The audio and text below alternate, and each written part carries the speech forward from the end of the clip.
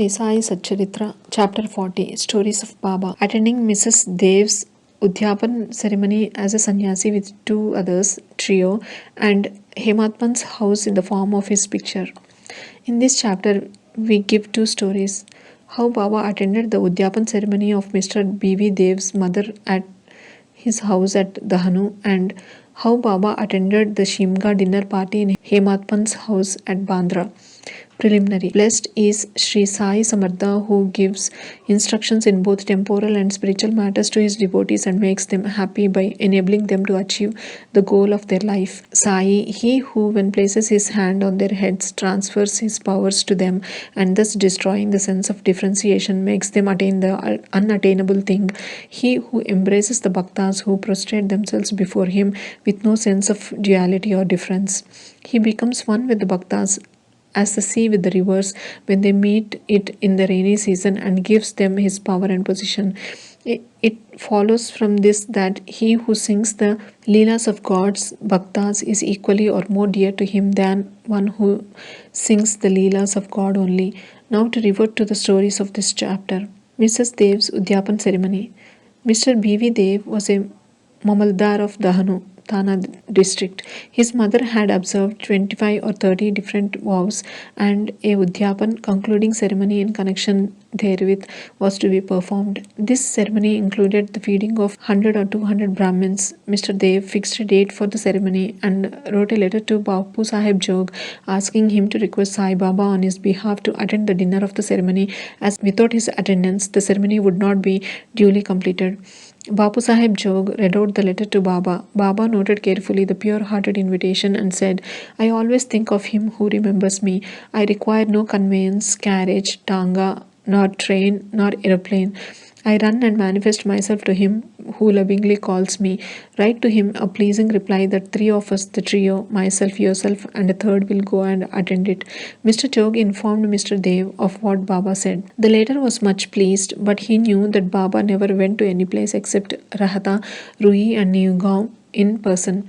He also thought that nothing was impossible to Baba, as he was all pervading, and that he might suddenly come in any form he likes and fulfill his words.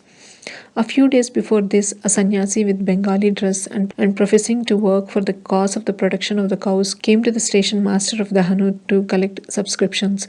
The latter told him to go into the town and see the Mamaldar, Mr. Dev, and with his help collect funds. Just then the Mamaldar happened to come there. The station master then introduced the sannyasi to him. Both sat talking on the platform. Mr. Dev told him that a subscription list for some other charitable cause has already been opened by the leading citizen Rao Sahib Narottam Shetty, and so it was not good to start another subscription list, and that it would be better if he would visit the place after 2 or 4 months. Hearing this, the sannyasi left the place. About a month afterwards, the sannyasi came in a tanga and stopped in front of Mr. Dev's house at about 10 a.m. Dev thought that he came for subscriptions. Seeing him busy with the preparations of the ceremony, the sannyasi said that he had come not for money but for meals. Dev said, All right, very glad. You are welcome. The house is yours. The sannyasi, 2 lads are with me. Dev, well, come with them. As there was time 2 hours for dinner, Dev inquired where he should send for them. He said that it was not necessary, as he would come himself at the appointed time. Dev asked him to come at noon. Exactly at 12 noon, the trio came and joined the dinner party, and after feeding themselves went away. After the ceremony was finished, Dev wrote a letter to Bapu Sahib Jog complaining of Baba's breach of promise. Jog went to Baba with the letter, but before it was opened, Baba spoke. He says that I promised him to come but deceived him. Inform him that I did attend his dinner with 2 others, but he failed to recognize me. Then why did he call me at all? Tell him that he thought that the sannyasi came to ask for subscription money. Did I not remove his doubt in that respect, and did I not say that I would come with 2 others, and did not the trio come in time and take their meals? See, to keep my words, I would sacrifice my life. I would never be untrue to my words. This reply gladdened Jog's heart, and he communicated the whole of the reply to Dev. As soon as he read it, he burst into tears of joy, but he took himself to task mentally for vainly blaming Baba. He wondered how he was deceived by the sannyasi's prior visit and his coming to him for subscriptions, how he also failed to catch the significance of the sannyasi's words that he would come with two others for meals. This story clearly shows that when the devotees surrender themselves completely to their Sadguru, he sees that the religious functions in their houses are duly executed and complied with all the necessary formalities. Hemat Pant's Shimga dinner. Now let us take another story which shows how Baba appeared in the form of his picture and fulfilled the desire of his devotee. In 1917, on the full moon morning, Hemat Pant had a vision. Baba appeared to him in his dream in the form of a well-dressed sannyasi, woke him up and said that he would come to him for meals that day. This awakening constituted a part of the dream. When he fully awoke, he saw no Sai nor any sannyasi. But when he began to recollect the dream, he remembered each and every word of the sannyasi uttered in his dream. Though he was in contact with Baba for 7 years and though he always meditated on Baba, he never expected that Baba would come to his house for meals. However, being much pleased with Baba's words, he went to his wife and informed her that being the holy day, a sannyasi guest was coming for meals and that some more rice should be prepared. She inquired about the guest, who he was and whence he was coming. Then, not to lead her astray and not to cause any misunderstanding, he gave her the truth, that is, told her about the dream. She doubtingly asked whether it was possible that Baba should come there from Shirdi, leaving the dainty dishes there for accepting their coarse food. Hemat Pant assured her that Baba might not come in person, but he might attend in the form of a guest, and that they would lose nothing if they cooked some more rice. After this, preparations for the dinner went on, and it was quite ready at noon. The Holika worship was gone through, and the leaves, dishes were spread and arranged with rangoli marks around them. Two rows were put up with a central seat between them for the guest. All the members of the family, sons, grandsons, daughters, and son in laws, etc., came and occupied their proper seats, and the serving of the various articles commenced.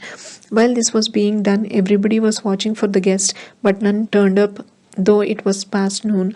Then the door was closed and chained. The Annashuddhi ghee was served. This was a signal to start eating. Formal offering to the Vaishnava Deva and Naivedya to Sri Krishna were also over, and the members were about to begin when footsteps in the staircase were distinctly heard.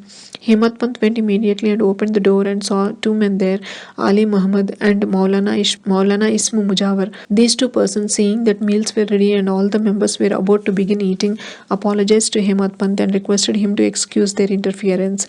They said, "You left your seat and came running to us.